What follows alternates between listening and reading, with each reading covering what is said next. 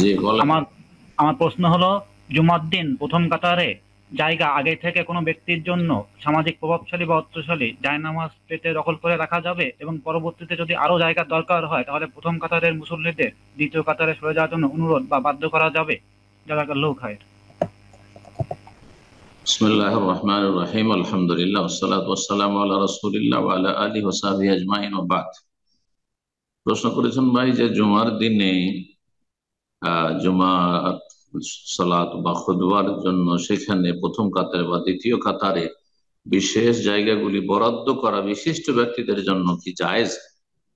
এইভাবে জায়গাকে বরাদ্দ করে রাখা, আজ এই জায়গায় কেউ বসতে পারবেন অথচ তারা আগে আসছে, এটা শরীয়তে জায়েজ নয়। এটা যারা হকদার, ন্যায্য অধিকার যাদের, তাদের হক নষ্ট করা। এই মর্মে একটি হাদিস রয়েছে যারা প্রমাণিত হয় যে না, এটা ঠিক নাই। আর তারপর এমনিতেও যে শরীয়তের মৌলিক নীতিমালা রয়েছে যে মিনা মোনাফমান সাবাক, জি, মেনায় যে আগে আসবে আর যেখানে যে জায়গা পাবে সেটাই তার জায়গা। এটা নবী সাল্লাল্লাহু আলাইহি ওয়াসাল্লামের হাদিস, এটা সব ক্ষেত্রে ফিট। মসজিদে যে আগে আসবে সে আগে যাবে, এই নয় যে না তুমি আগে এসছো কিন্তু তুমি সাধারণ মানুষ সুতরাং পিছনে বসো, পিছনের কাতারে, আর এখানে বিশিষ্ট ব্যক্তিরা বসবেন, এটা আসলে ঠিক নয়। তবে যদি সেখানে বিশেষ কোনো জরুরি বিষয় থাকে, যেমন ইমামের জন্য বা মুয়াজ্জিনের জন্য একটা জায়গা রাখতে হবে। এখন মুয়াজ্জিন থাকবে আপনার মেম্বারের কাছে, তার জায়গাটি থাকবে। মুয়াজ্জিন হয়তো উজু করতে গিয়েছে, এই নয় যে ও পরে আসে। মুয়াজ্জিন আগে আজান দিয়েছে যেখানে দুই আজানে, অথবা এমনিতে আগে এসছে কিন্তু হয়তো একটু বাইরে গেছে অথবা কিছু করছে, মসজিদের আরো কিছু হয়তো দেখাশোনা করছে, আর সেই জায়গাতে এটা যায় নামাজ বিছানা আছে, সেটা যুক্তিসঙ্গত, সেটা জায়েজ।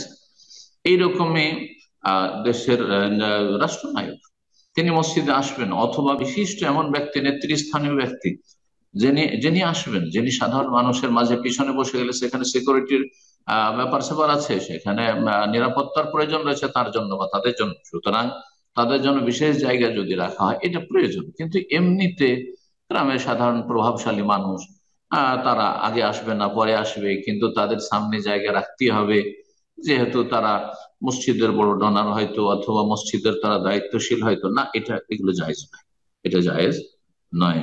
হয় নিরাপত্তার বিষয় রয়েছে, আর না হলে মসজিদের ইমাম খতিব তাদের জন্য জায়গা রাখা। বিশিষ্ট কোনো মেহমান এসেছেন, কোনো আলেমের দিন এসেছেন, আর তিনি হয়তো মসজিদের পাশেই রুমে আছেন, তার হয়তো আপ্যায়ন হচ্ছে অথবা কিছু হচ্ছে, তিনি প্রস্তুত হচ্ছেন, তিনি আসলে তার জন্য সামনে একটা জায়গা রাখা হয়েছে, এইরকম ক্ষেত্রগুলিতে জায়েজ। জি, আল্লাহ তাআলা